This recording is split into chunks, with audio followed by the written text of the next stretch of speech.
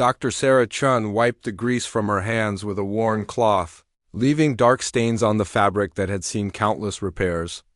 Around her, the cramped workshop buzzed with the hum of primitive machinery and the occasional spark from poorly shielded electronics. The air smelled of burning metal and ozone, a combination that had become as familiar to her as morning coffee through the reinforced window of Research Station Omega-7.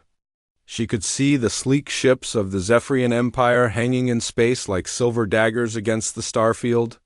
Even at this distance, their hulls gleamed with the unmistakable sheen of quantum-forged alloys, materials so advanced that human scientists could barely understand their basic properties, let alone replicate them.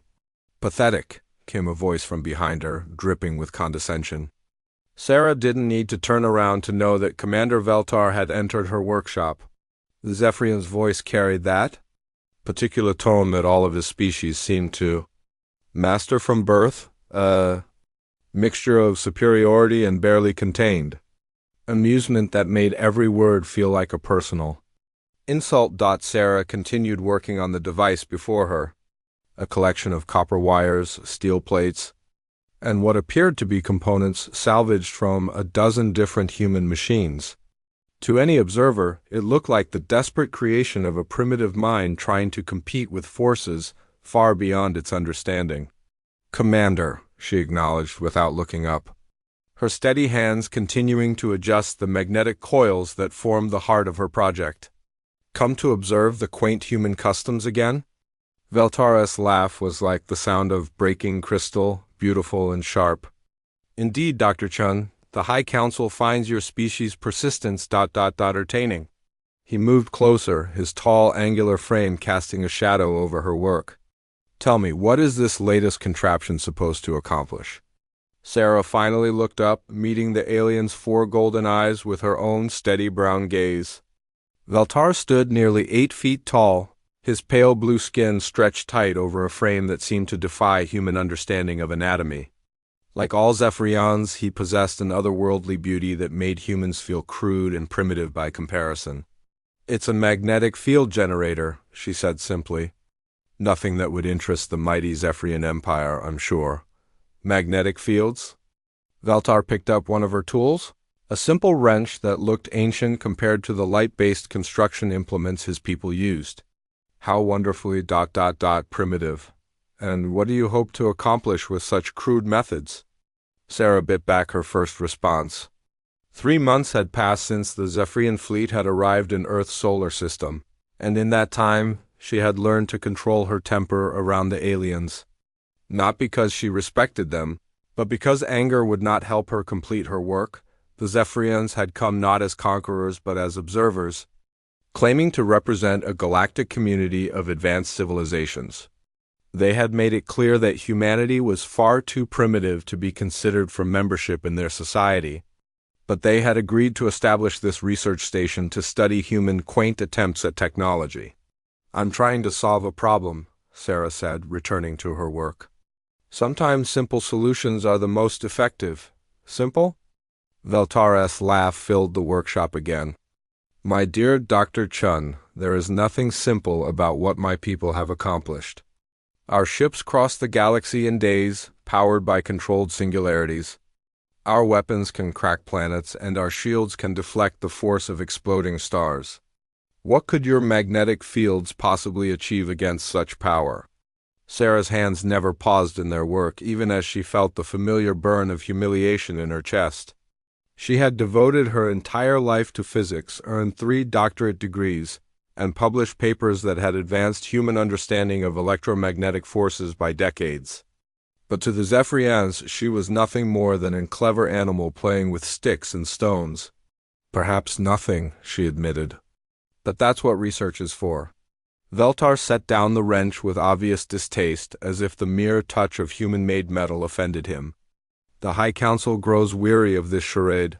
Dr. Chun, your species has had 3 months to demonstrate some capability worthy of our attention. Instead, you continue to work with these primitive tools and elementary concepts. What would you have us do?" Sarah asked, finally allowing a hint of frustration to enter her voice. We can't simply leap forward a million years of technological development overnight. No, Valtar agreed, his tone becoming almost sympathetic. And that is precisely the problem. The galaxy has no place for species that cannot contribute meaningfully to the collective advancement of civilization. Your electromagnetic theories are quaint, but they were mastered by our ancestors when your world was still cooling from its formation. Sarah felt something cold settle in her stomach. What are you saying? The High Council will make their final assessment in 1 week, Valtar announced, his golden eyes fixed on her reaction. If humanity cannot demonstrate technology or knowledge that adds value to our galactic community, then this research station will be closed. And then? Valtar was quiet for a long moment, and in that silence, Sarah heard the answer she feared. The galaxy is vast, Dr. Chun, but resources are not infinite. Primitive species that cannot contribute often find that their worlds become useful for other purposes. Mining operations, agricultural development, industrial facilities. Your people would, of course, be relocated to preserve your culture. The words hit Sarah like a physical blow, relocated, as if humans were nothing more than an inconvenient obstacle to be moved aside. Of course, she said quietly. Her voice steadied despite the rage building inside her after Valtar left. Sarah stood alone in her workshop, surrounded by the tools and machines that he considered so primitive. She looked at the device on her workbench, the magnetic field generator that she had been developing for weeks. To Zephyrian eyes, it was nothing more than a crude assemblage of basic materials. But they didn't understand what she was really building. The Zephyrians had made one critical mistake in their assessment of human technology. They assumed that advancement meant complexity, that superior weapons required exotic materials and esoteric physics. They had mastered the control of space and time, bent the laws of reality to their will, and in doing so, they had forgotten the most basic principles of warfare. Sarah walked to her computer. A machine that would have been considered laughably primitive by Zephyrian standards, and pulled up her research files. For months, she had been studying every piece of data she could gather about Zephyrian technology. Looking for weaknesses, for gaps in their seemingly perfect defenses, she had found it 3 weeks ago, buried in the technical specifications of their shield systems. The Zephyrians protected their ships with quantum barriers that could deflect energy weapons and physical projectiles with equal ease. These shields could withstand the explosion of stars and the collapse of black holes. They were, by any reasonable measure, completely impenetrable, but they had one vulnerability that their creators had never considered. Because no species had been primitive enough to exploit it, Sarah opened the design files for her magnetic field generator and began to make adjustments. She had 1 week to complete her work, 1 week to prove that humanity deserved to survive. But more than that, she had 1 week to show the Zephyrians that sometimes the most devastating weapons came from the most unexpected places. The quantum shields that protected Zephyrian ships operated by creating a barrier of probability waves that prevented matter and energy from crossing the boundary. These barriers could adapt to any known form of attack, becoming stronger and more resilient as they encountered new threats. They were the product of millions of years of technological development and represented the pinnacle of defensive engineering, but they were designed by a species that had long ago abandoned the use of simple electromagnetic forces. The Zephyrians had mastered exotic physics, but in doing so, they had created a blind spot in their defenses. Sarah's magnetic field generator would not fire exotic particles or harness the power of collapsed stars. It would not bend space-time or manipulate quantum mechanics. Instead, it would generate a simple, powerful magnetic field, the kind that human scientists had been working with for centuries, the kind that quantum probability barriers were never designed to stop. Sarah worked through the night, her hands moving with practiced precision as she assembled components that looked like relics compared to Zephyrian technology. She used copper wire hand wound around iron cores, capacitors built from basic materials, and power systems that operated on principles that predated human spaceflight. To any observer, She was building a primitive electromagnetic device that belonged in a museum, not a weapons laboratory. And that was exactly what she wanted them to think. As the hours passed, Sarah found herself thinking about the conversation with Veltar, about the casual way he had discussed the fate of her entire species. Zephyrians saw humans as children playing with toys, amusing but ultimately irrelevant. They had spent millions of years developing technologies that seemed like magic. And they had forgotten that sometimes magic could be defeated by a well-placed rock. Sarah's device would be that rock, disguised as a crude attempt to understand electromagnetic theory.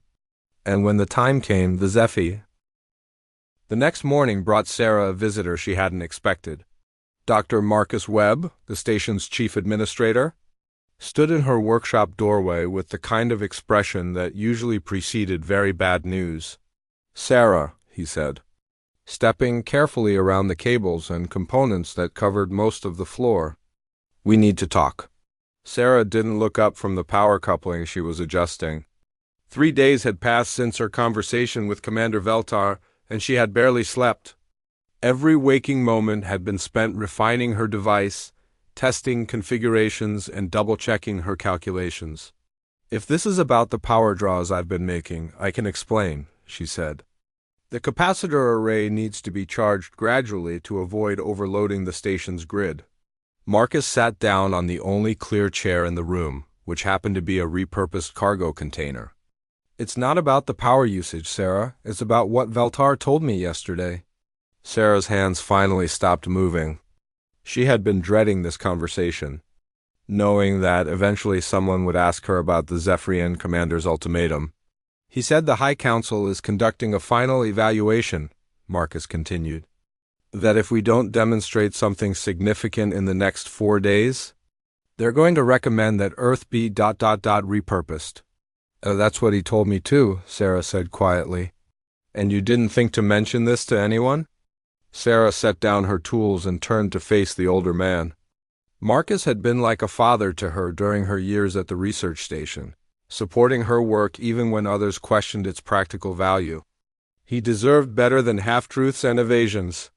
"What was I supposed to say, Marcus? That an alien empire has decided we're too primitive to live on our own world? That we have 4 days to prove we're worthy of survival? You could have said something instead of locking yourself in here and working around the clock like a madwoman." Sarah gestured to the device on her workbench, which had grown considerably more complex over the past few days.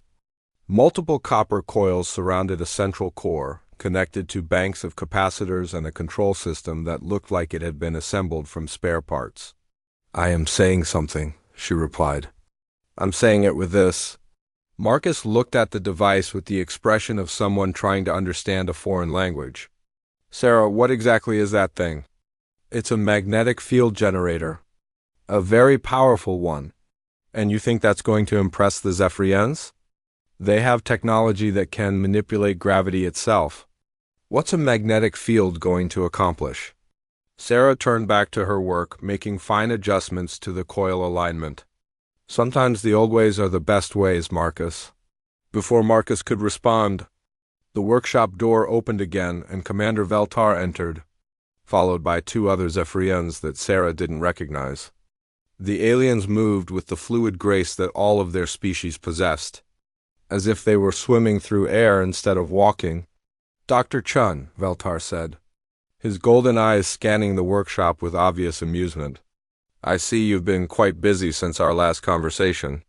"Commander," Sarah acknowledged. "And you brought friends." Veltar gestured to his companions, both of whom wore the elaborate robes that marked them as members of the Zephyrian scientific caste. "Sub-Commander Zal and Research Director Theises, they have come to observe your progress." Sarah felt a chill run down her spine. The fact that the Zephyrians had sent additional observers suggested that Veltar's ultimatum was not an idle threat. These beings were here to make the final assessment that would determine humanity's fate. "How wonderful," she said, managing to keep her voice level. "Please don't let me interrupt your evaluation." Research Director Theises moved closer to Sarah's workbench. her 4 eyes examining the device with the kind of attention that a scientist might give to an interesting but ultimately primitive artifact. She was smaller than Veltar, with darker skin and elaborate tattoos that seemed to shift and move in the workshop's lighting. Magnetic field manipulation, Thizes said, her voice carrying a musical quality that made even her condescension sound beautiful. How nostalgic. My people abandoned such crude techniques over 1,000,000 years ago. Sometimes old techniques have new applications, Sarah replied, continuing her work despite the alien's scrutiny. Indeed? Sub-Commander Zal approached from the other side, his pale blue skin almost glowing in the workshop's harsh lighting. And what application might this have that our current technology cannot achieve with vastly superior efficiency? Sarah paused in her work, looking up at the 3 aliens who surrounded her workstation like judges examining evidence. Marcus had moved to the back of the room, clearly uncomfortable with the attention. Magnetic fields are simple, Sarah said. Predictable. They follow basic physical laws that haven't changed since the universe began. Simplicity is not a virtue in advanced technology, Dr. Chun, Thizes replied. Complexity allows for precision, for control, for capabilities that simple systems cannot achieve. That's true, Sarah agreed. But complexity also creates vulnerabilities. Veltar's laugh filled the workshop. Vulnerabilities? Dr. Chun, our ships are protected by quantum barriers that have never been breached. Our weapons can unmake matter at the subatomic level. What vulnerability could a magnetic field possibly exploit? Sarah met his golden gaze steadily. I don't know. That's why I'm conducting this research. The 3 aliens exchanged glances that suggested communication beyond human perception. After a moment, Thizes spoke again. Very well. Since you are so confident in your primitive methods, perhaps you would care to demonstrate this device? Sarah's heart began to race, but she kept her expression neutral. It's not ready for full testing yet. I'm still calibrating the field strength and frequency modulation. Surely a simple magnetic field generator requires no such sophisticated calibration, Zal said, his tone dripping with skepticism. Unless, of course, your understanding of even this basic technology is insufficient for proper implementation. Sarah felt the familiar burn of anger in her chest, but this time she welcomed it. Zephyrian's arrogance would be their downfall, and she was more than willing to feed that arrogance until it was time to show them the truth. You're right, she said, reaching for the activation switch. It is a simple device. Let me show you how it works. She powered up the field generator gradually, watching the energy readings climb on her crude monitoring equipment. The device began to hum, a low sound that seemed to resonate through the workshop's metal walls. Fascinating, Thizes said, though her tone suggested anything but fascination. A basic electromagnetic field, operating at approximately 50,000 Gauss. Quite powerful by human standards, I'm sure. It's not about the power, Sarah said, adjusting the frequency controls. It's about the application. The hum grew deeper, and Sarah noticed that the aliens seemed slightly uncomfortable with the sound. Their perfect balance wavered slightly, and Veltara's golden eyes showed the first hint of uncertainty she had ever seen. What frequency are you generating? Zal asked, his musical voice carrying a note of concern. Just a standard electromagnetic pulse, Sarah replied, though that was only partially true. The frequency she was generating was specifically calibrated to interfere with quantum probability matrices, something that should theoretically be impossible with such primitive technology. Interesting, Thizes said, though she had taken a step back from the device. And what do you hope to accomplish with this? Standard pulse? Sarah looked at each of the aliens in turn, reading the subtle signs of discomfort in their perfect features.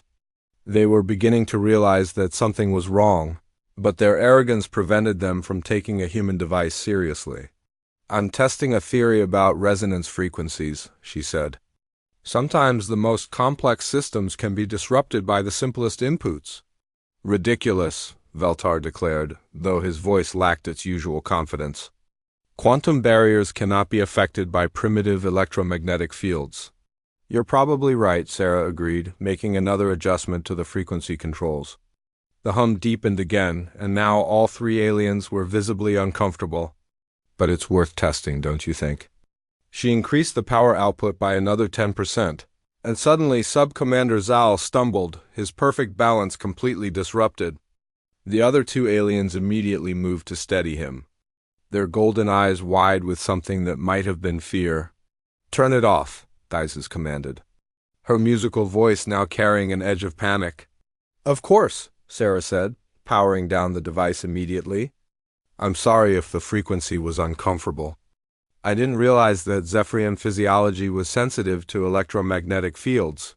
The three aliens stood in silence for several moments, clearly trying to process what had just happened. Finally, Veltar spoke, his voice carefully controlled. "Dr. Chun, what exactly were you attempting to accomplish with that demonstration?" "I was testing the interaction between electromagnetic fields and complex energy matrices," Sarah replied honestly. "It appears that even advanced systems can be affected by basic physical forces." "That should not be possible," Zal said, his voice weak. "Our biological systems are protected by quantum stabilizers."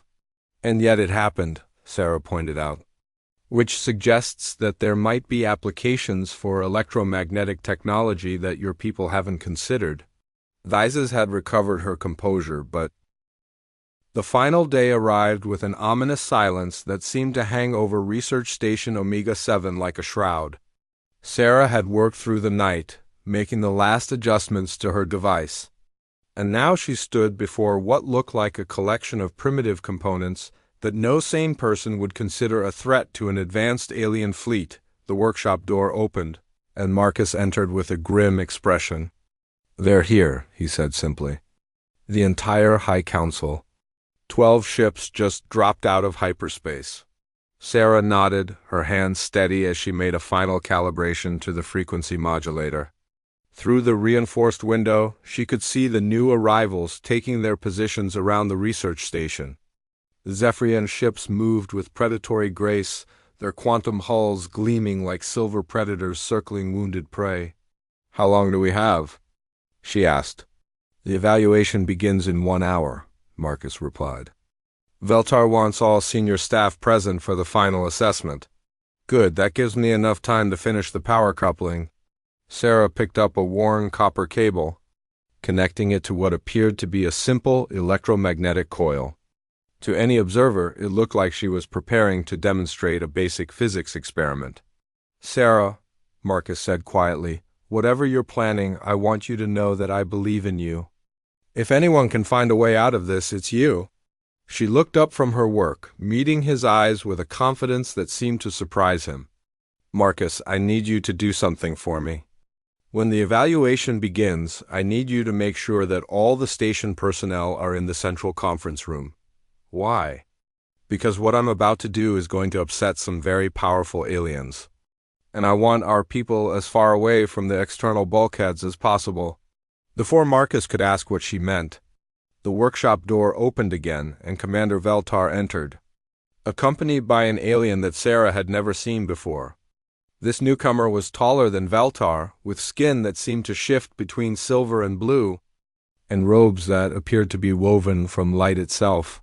"Dr. Chun," Veltar said, his voice carrying a formality that hadn't been there before. "I present High Counselor Zhal, representative of the galactic community." The High Counselor moved forward with fluid grace, his 4 golden eyes examining Sarah with the kind of attention usually reserved for dangerous specimens. When he spoke, his voice carried harmonics that seemed to resonate in the bones. "Dr. Chun, I have heard interesting reports about your work with primitive electromagnetic fields." "High Counselor," Sarah replied, continuing her work without looking up. "I hope the reports were accurate." "Indeed. Commander Veltar tells me that you have developed a device that can somehow affect our quantum stabilizers. This seems unlikely." Sarah finally looked up, meeting the alien's gaze steadily. "Many things seem unlikely until they happen." High Counselor Zhal moved closer to her workbench, examining the device with obvious skepticism. "Explain to me how a simple magnetic field generator could possibly interfere with technology that your species cannot even comprehend." Resonance, Sarah said simply. Every system has a natural frequency. Apply the right input at the right frequency, and even the strongest structure can be brought down. Our quantum barriers operate outside the normal laws of physics, Zhao replied. They exist in a state of probability that cannot be affected by classical electromagnetic forces. That's what I thought too, Sarah said. But yesterday's test suggested otherwise. The High Counselor's expression shifted slightly, showing the first hint of uncertainty. Show me. Sarah hesitated for a moment, then reached for the activation controls. Are you sure? The effect can be quite uncomfortable for your people. Demonstrate your device, Dr. Chun. Sarah powered up the field generator, watching the energy readings climb steadily. The familiar hum filled the workshop, but this time she had calibrated the frequency more precisely, targeting the specific resonance that she had discovered in Zephyrian quantum matrices. Within seconds, both aliens stumbled, their perfect balance completely disrupted. High Counselor Zhao gripped the edge of the workbench for support, his silver-blue skin flickering between colors as his biological stabilizers struggled to compensate for the electromagnetic interference. Impossible, he whispered, his voice strained. Turn it off. Sarah complied immediately, powering down the device. I'm sorry for the discomfort. I'm still learning about the interaction between electromagnetic fields and your technology. Zhao straightened slowly, his golden eyes now showing something that Sarah had never seen in a Zephyrian before. Fear. How? He demanded. How can primitive electromagnetic force affect quantum probability matrices? Because quantum systems still operate according to fundamental physical laws, Sarah explained. And those laws include electromagnetic interaction. Your barriers are designed to prevent matter and energy from crossing dimensional boundaries, but they're not designed to handle resonance cascade failures. Resonance cascade failures? Sarah nodded. When a quantum matrix is subjected to a precisely tuned electromagnetic field, it begins to vibrate at the subatomic level. If the frequency matches the natural resonance of the probability wave, the entire system can collapse. Veltar and Zhao exchanged glances that conveyed volumes of unspoken communication. Finally, Zhao spoke again, his voice carefully controlled. Dr. Chen, you will provide us with complete technical specifications for this device, immediately. I'm afraid I can't do that, Sarah replied calmly. You cannot refuse a direct order from the High Council. Actually, I can. Sarah moved to another control panel and began making adjustments to a series of switches that Zhao hadn't noticed before. You see, this isn't just a demonstration model. It's a weapon. The temperature in the room seemed to drop several degrees. Veltar's hand moved instinctively toward the quantum disruptor at his side, but Sarah's next words stopped him cold. I wouldn't recommend drawing weapons in here, she said conversationally. The magnetic field that I'm about to generate will disable any quantum-based technology within a 50-kilometer radius. That includes your personal shields, your communication devices, and your ship's defensive systems. You're bluffing, Zhao said, but his voice lacked conviction. Am I? Sarah's finger hovered over the final activation switch. Your ships are designed to be invulnerable to any known weapon, but they've never faced something this primitive. Your quantum barriers will collapse, your power systems will fail, and your mighty fleet will be reduced to floating scrap metal. Even if that were true, Veltar said, activating such a device would be an act of war against the galactic community. Your entire species would be marked for extinction. Sarah's smile was cold. And if I don't activate it, my species will be extinct anyway. You've made it clear that humanity has no value to your galactic community. So what do I have to lose? The truth hit both aliens simultaneously. They had backed themselves into a corner with their own arrogance, creating a situation where a human scientist had nothing left to lose and everything to gain from desperate action. Wait, Zhao said, raising his hands in a gesture that might have been meant to be calming. Perhaps we have been hasty in our assessment of human capabilities. Oh, I think your assessment was accurate, Sarah replied. We are primitive. We do use crude tools and simple methods, but sometimes that's exactly what's needed. She gestured to the device on her workbench, which looked even more primitive next to the alien's elegant forms. You've spent millions of years developing technology that's beautiful, efficient, and completely invulnerable to any threat you could imagine. But you stopped imagining threats from below. You forgot that sometimes the most devastating attacks come from the most unexpected directions. Dr. Chun, Zhao said carefully, what do you want? I want you to leave, Sarah said simply. I want you to take your fleet, your evaluation, and your condescending attitude back to whatever corner of the galaxy you came from. And I want you to send a message to your galactic community that Earth is not available for repurposing. You cannot threaten the entire galactic community with a single, primitive device. Sarah's smile widened. Can't I? This device is simple enough that any human engineer can build one. The plans are already uploaded to our global network. Within a month, every major nation on Earth will have electromagnetic resonance weapons capable of disabling Zephyrian technology. Within a year, we'll have them mounted on spacecraft. The implications hit Zhao like a physical blow. You would arm your entire species with this technology? I already have, Sarah confirmed. The beauty of primitive technology is that it's easy to replicate. No exotic materials, no advanced physics, no million-year development cycle. Just copper wire, iron cores, and basic electromagnetic theory. Veltar's golden eyes were wide with something approaching panic. The High Council will never accept this. They will send the entire fleet to ensure that this technology is contained. Let them come, Sarah said, her voice steady. They'll find that every human ship, every human station, every human colony is armed with weapons specifically designed to exploit their technological weaknesses. And unlike your beautiful, complex systems, our crude technology is robust, reliable, and impossible to defend against using quantum physics. She gestured toward the window, where the Zephyrian fleet hung in space like silver monuments to advanced Civiliza.